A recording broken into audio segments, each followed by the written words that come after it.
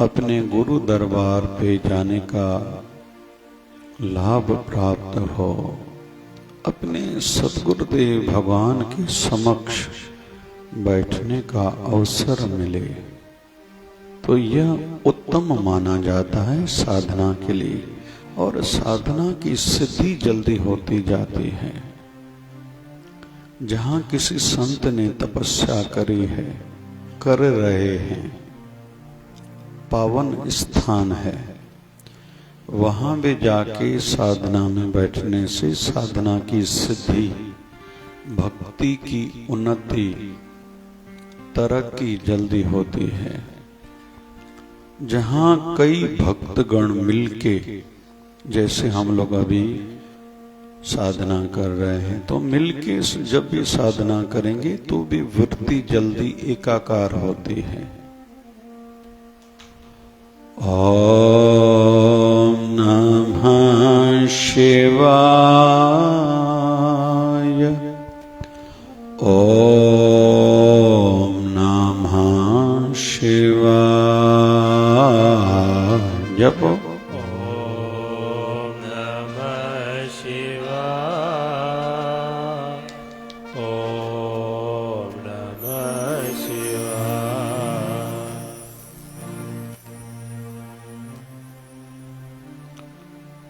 स्वार्थी बनना अच्छा नहीं माना जाता।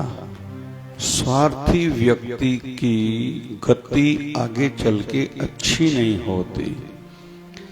लेकिन आध्यात्मिक दृष्टि से कहीं तो भी स्वार्थी होना चाहिए। भले कितने भी झंझटों के बीच में हो, मनोरंजन के बीच में हो, भले किसी विभाग में जाएं, बाहर घूमने के लिए जाएं, लेकिन समय हो गया तो एकांत में जाके बैठ जाएं।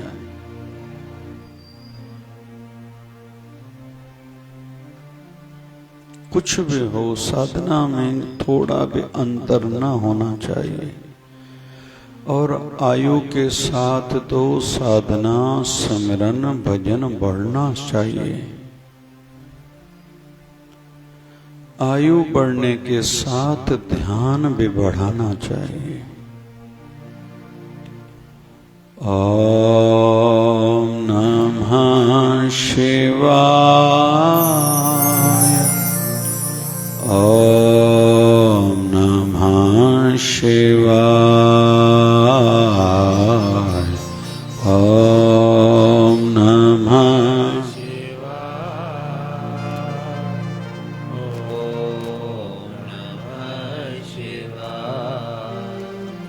वातावरण का भी प्रभाव है।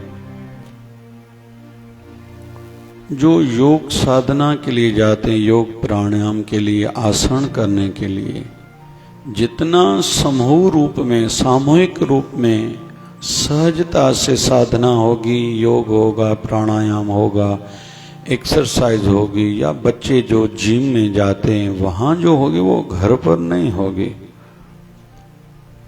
पढ़ाई तो अमीर लोग, धनवान लोग टीचर को घर बुला के भी बच्चे को करा सकते हैं, लेकिन फिर भी स्कूल कॉलेज में बच्चों को भेजा जाता है, क्योंकि वहाँ वातावरण वैसा रहता है। तो सेवा और सत्संग, साधना के लिए भी वातावरण तो लगेगा ही। बहुत लोग कहते हैं हम मोबाइल पे, टीवी पे सत्संग सुनते हैं। अच्छा है, जरूर सबको सुनना चाहिए। एकाकार वृत्ति को करके सुनना चाहिए। मैं तो कहूँगा हर कोई अपनी अपनी एक ईयरफोन भी रखे, दूसरे डिस्टर्ब न हो और हमारी वृत्ति लग जाए। लेकिन जहाँ सत्संग होता है वहाँ जाने का प्रभाव एक अलग है। हमें कितने साल भी साधना, सत्संग में, सेवा में हो चुके हैं, फिर भी गुरु की संगति जरूर करें। वहाँ का प्रभाव कुछ अलग है, क्योंकि वहाँ वातावरण ही ऐसा है। वहाँ माया नहीं है, माया की चर्चा नहीं है, मायावी पुरुषों की चर्चा नहीं है, माया के स्थानों की चर्चा नहीं है।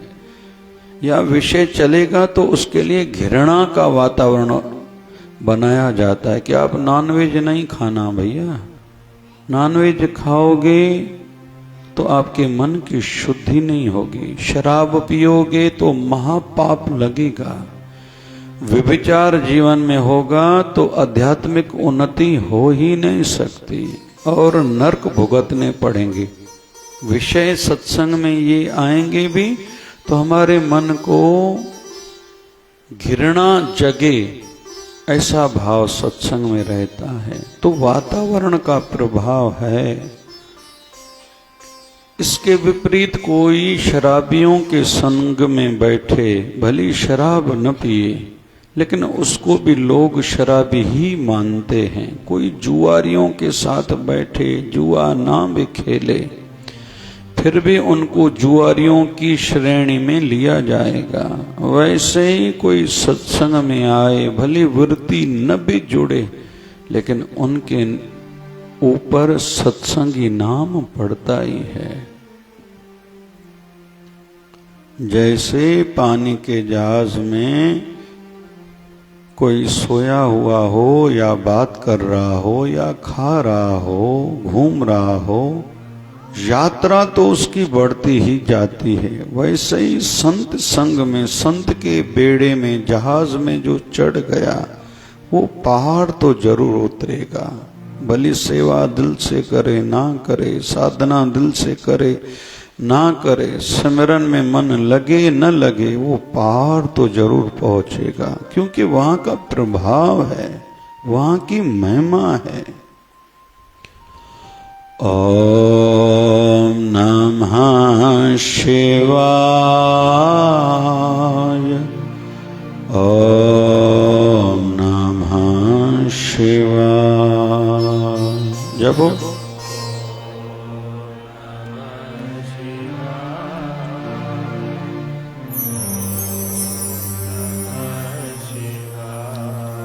साधना में जब भी बैठे सिमरन श्वासों से हो, साथ साथ में ध्यान भी किया जाए। फिर ध्यान में मानसिक तौर पर अपने गुरु दर पे, गुरु चरणों में भी जाने का एक नियम सा बनाए।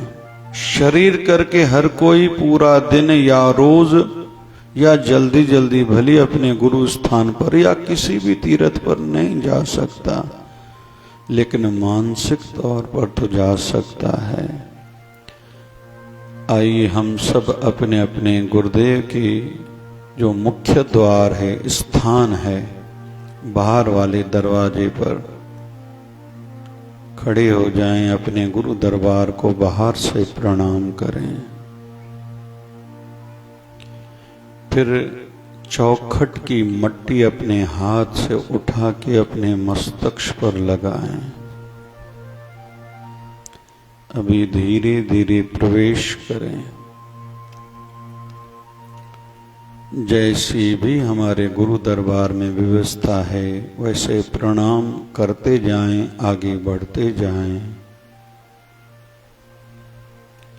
हमारे गुरु दरबार में जो भी व्यवस्था है दर्शन की, जितने भी भगवान, ठाकुर जी, गुरु जी, इष्ट देव जो जो विराजमान हैं, सबको प्रणाम, मूर्तियों को, प्रतिमाओं को करते जाएं।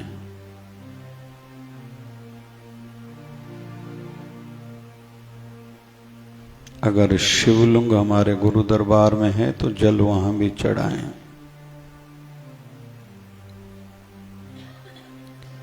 हमारे दादा गुरुजी, मतलब हमारे गुरुजी के भी गुरुजी, जितने बड़े महापुरुष हुए हैं सबको प्रणाम करते जाएं। अगर हमारे गुरु दरबार में समाधियां बड़े महापुरुषों की, संतों की, दादा गुरुजी के है तो वहां भी प्रणाम करते जाएं।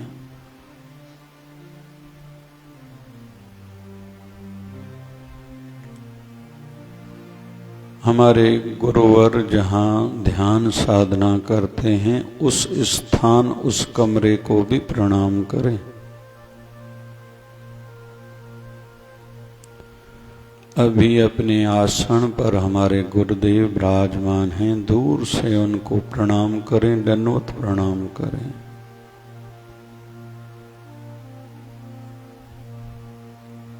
सामने बैठ जाएं। हमारे गुरुदेव हम पर दया दृष्टि धर रहे हैं, ऐसी अनुभूति करें।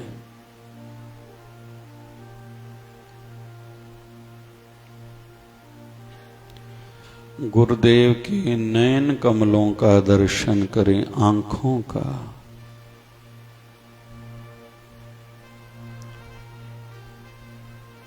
प्रकाशमय उनके नयन कमल हैं, करुणा भरी हुई है। गुरुदेव के मस्तक का ध्यान करें, करोड़ों सूर्य के भांति प्रकाशवान मस्तक। अभी गाल का दर्शन करें, मुखमंडल का दर्शन करें। अपने गुरुदेव के चेहरे का ध्यान करें जो प्रकाशवान है, आभावान है। अपने गुरुदेव के हस्त कमलों का, हाथों का दर्शन करें। अपने गुरुदेव के चरण कमलों का दर्शन करें।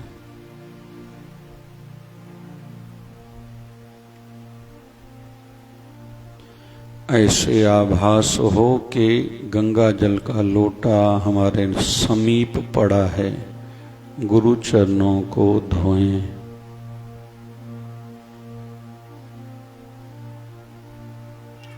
स्वच्छ टावल से गुरु चरणों को पोंछें।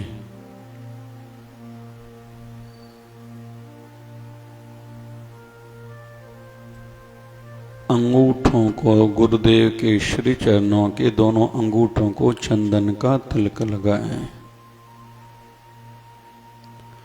गुलाब की पंखुड़ियां गुरुदेव के श्री चरणों पर चढ़ाएं। अपना सिर गुरुदेव के श्री चरणों में झुकाएं, स्पर्श हो। ऐसी अनुभूति हो कि हमारे सर पर हमारे गुरुदेव ने अपना दया रूपी हाथ धरा है, रखा है।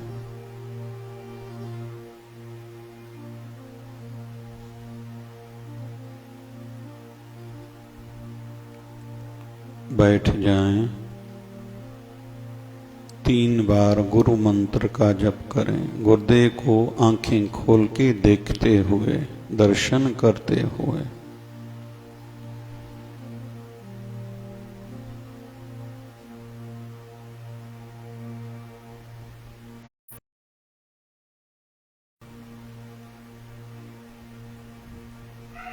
गुरु चरणों में फिर से प्रणाम करें।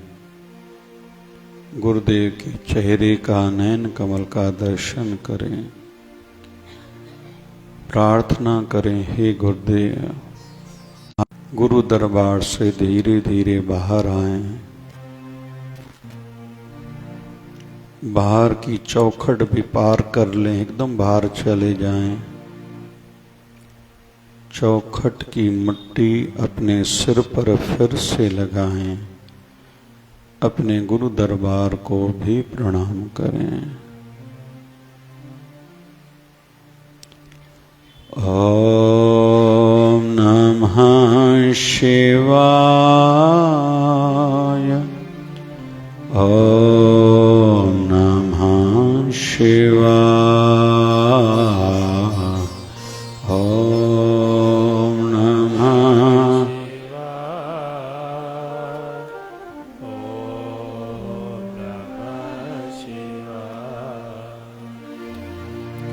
कहते हैं भगवान शिव जी माँ पार्वती के साथ जा रहे हैं। खाली मैदान देख के भगवान शिव जी ने प्रणाम किया। माँ पार्वती पूछती, प्रभु यहाँ क्यों प्रणाम किया? न कोई शिवालय, ना कोई देवालय। भगवान शिव जी कहते हैं, हे पार्वती, कोई समय था यहाँ सत्संग कथा भजन हुआ था, इसलिए ये पवित्र धरती है, मैंने इसको प्रणाम किया। भगवान शिव जी माँ पार्वती आगे चल रहे हैं, फिर से खाली मैदान देखा, भगवान ने प्रणाम किया। माँ पार्वती पूछती है, अभी क्यों यहाँ भगवान प्रणाम किया आपने? न कोई शिवालय, न कोई देवालय, न मंदिर, न मढ़ी, न मठ। भगवान शिव जी कहते हैं, आने वाले समय में यहाँ सत्संग कथा भजन साधना होगी, इसलिए पहले से मेरा प्रणाम है। मतलब जहाँ सत्संग कथा साधना कोई करता है, वो स्थान भी पवित्र हो जाता है, पूजनीय हो जाता है। फिर तो हम अपने भाग्य की क्या बात करें, जो आज हम अंदर ही अंदर में भजन भी कर रहे हैं, अपने गुरुदेव के दर्शन भी कर रहे हैं। आज गुरु दर पे जाने का सौभाग्य भी प्राप्त यहीं बैठे बैठे हुआ है। बाबा शिव भजन जी महाराज हमारे गुरुदेव जब सत्संग में बैठते थे तो कहते थे, जिस भूमि पर सत्संग हो रहा है मेरा उसको भी प्रणाम है। इसलिए सदैव भजन, ध्यान, साधना, मानसिक पूजा, मानसिक तौर पर अपने गुरुदेव के दरबार में होके आए, गुरुदेव के दर्शन करें, प्रणाम करें, पूजा करें, आरती करें, यह नियम ही बना लें।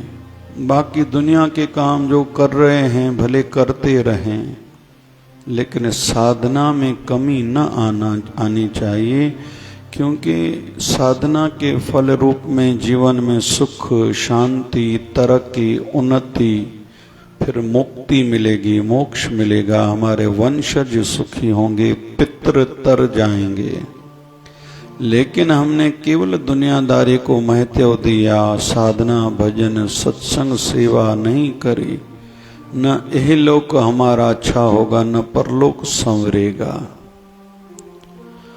ओम नमः शिवाय, ओम नमः शिवाय। जपो।